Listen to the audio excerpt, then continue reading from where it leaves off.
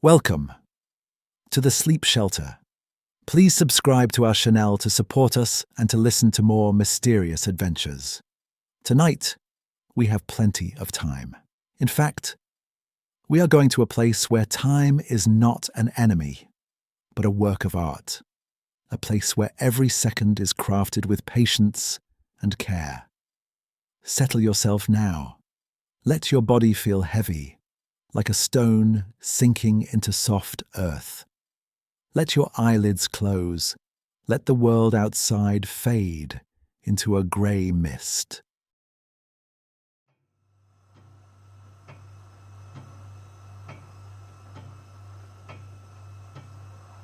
Imagine you are walking down a narrow, cobbled lane in an old European city, Prague or Vienna, perhaps Zurich. It is late at night, the city is asleep. A thick velvet fog has rolled in from the river, wrapping the buildings in silence. The fog dampens every sound. Your footsteps on the stones are barely a whisper. You are walking towards a warm, golden glow, spilling out onto the pavement ahead. It is a shop window. Inside, dozens of clocks are ticking softly. The sign above the door reads, "The Timekeeper."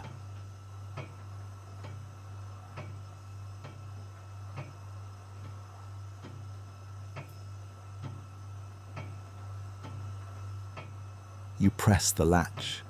The door opens with a heavy, solid feel. You step inside. You close the door, and the fog is left behind. You are now inside the heartbeat of the shop.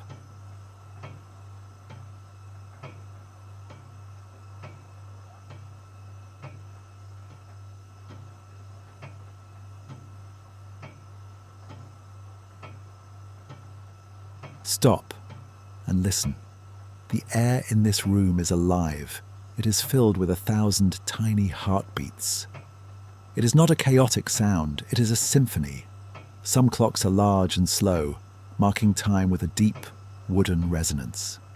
Some are tiny and fast, ticking like silver rain.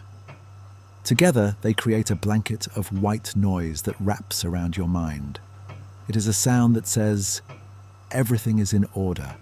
Everything is working as it should.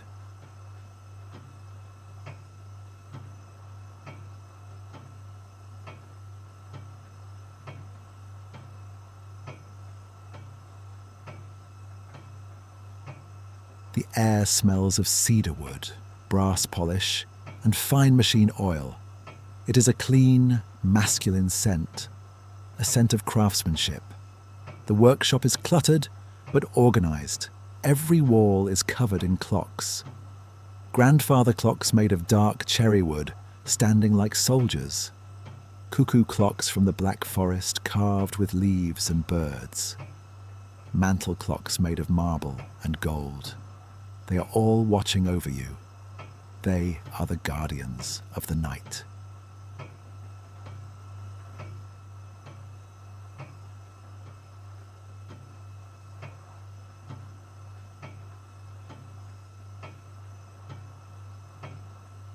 You walk slowly through the aisles.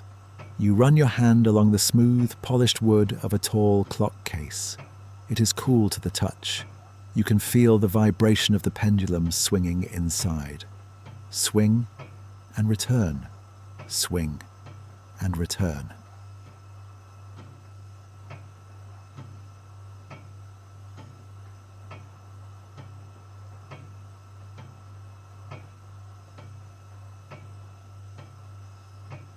At the back of the shop, illuminated by a single green-shaded lamp, is the master's workbench.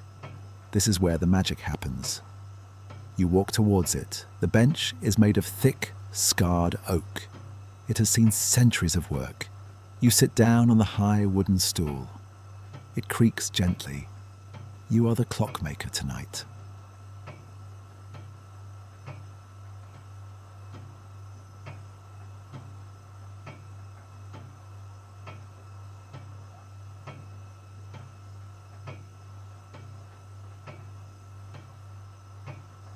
Look at the tools laid out before you.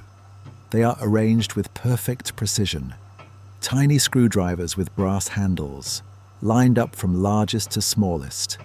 Delicate tweezers, their tips sharp as needles. Small glass jars, holding screws so small they look like dust.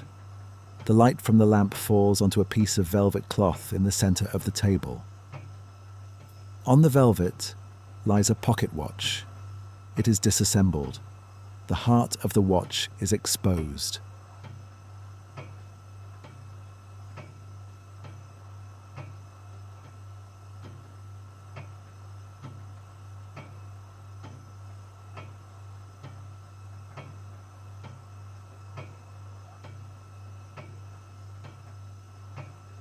It is beautiful.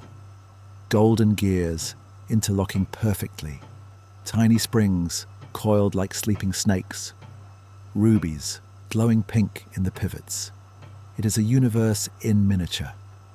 You pick up a magnifying glass. You lean in close. The rest of the room disappears. There is only you and this tiny, perfect machine.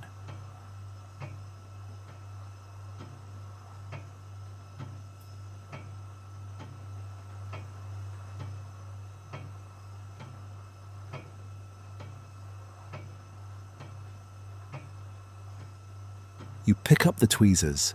Your hand is perfectly steady. You reach into the mechanism and gently, ever so gently, pick up a tiny brass gear. It catches the light, a spark of gold. You carefully place it onto its spindle.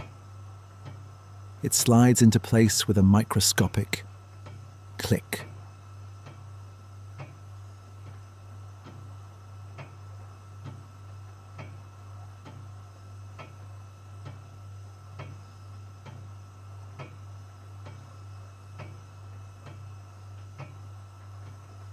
You take a small oiler, a needle-thin tool.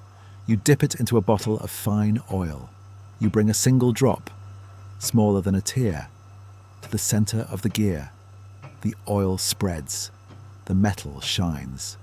This is a work of patience. You cannot rush time. You can only care for it. Every movement you make is slow, deliberate. Breathing in, placing the part, breathing out, checking the fit.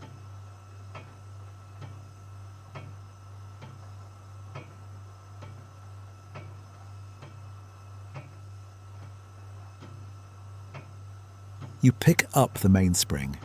You begin to wind it into the barrel. You can feel the tension building under your fingers. Potential energy stored away for the future. You place the barrel back into the watch. You lay the top plate over the gears. You pick up a screwdriver. You turn the tiny screws. Twist tight.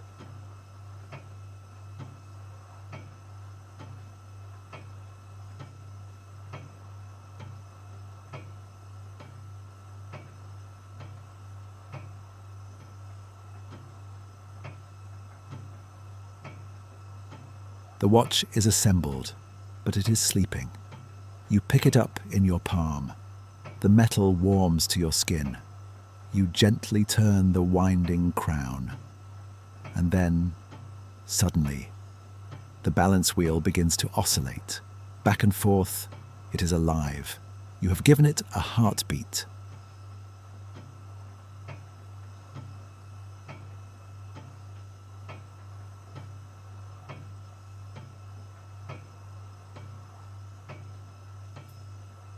You set the watch down on the velvet. You lean back on the stool. Your work is done.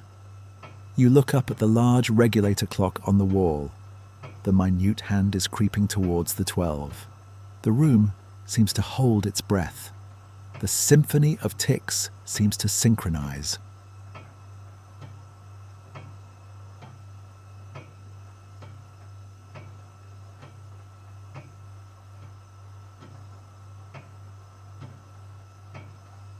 And then it happens. Midnight, deep in the shop, a large grandfather clock clears its throat. And then the chime. It is a low, mournful beautiful sound. It vibrates through the floorboards. Other clocks join in. Silver bells from the mantel clocks, wooden calls from the cuckoo clocks.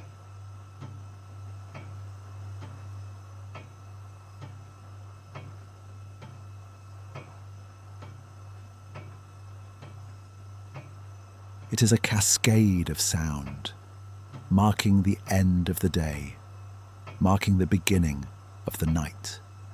You let the sound wash over you. You don't count the chimes, you just feel them. Ripples of sound, moving through the air, moving through you.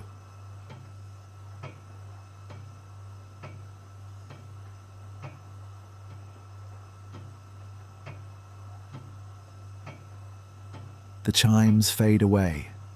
Silence returns, leaving only the steady, rhythmic ticking. The shop feels even quieter now. The work is done. The day is over. Time is moving forward. But you don't have to move with it. You can stay here in the space between the seconds.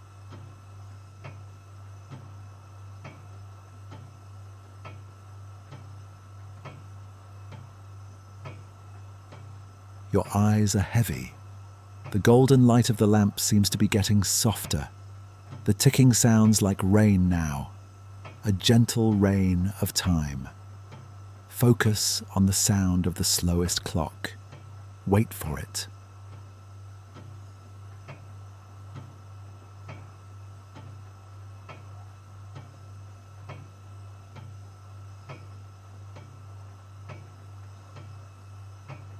Your breathing slows down to match the pendulum.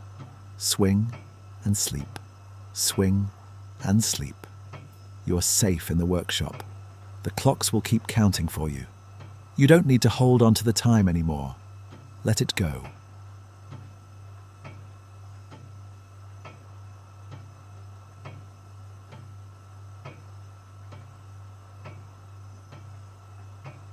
Drift into the mechanism of sleep. Perfectly balanced, perfectly still, deep, rhythmic, sleep. Good night.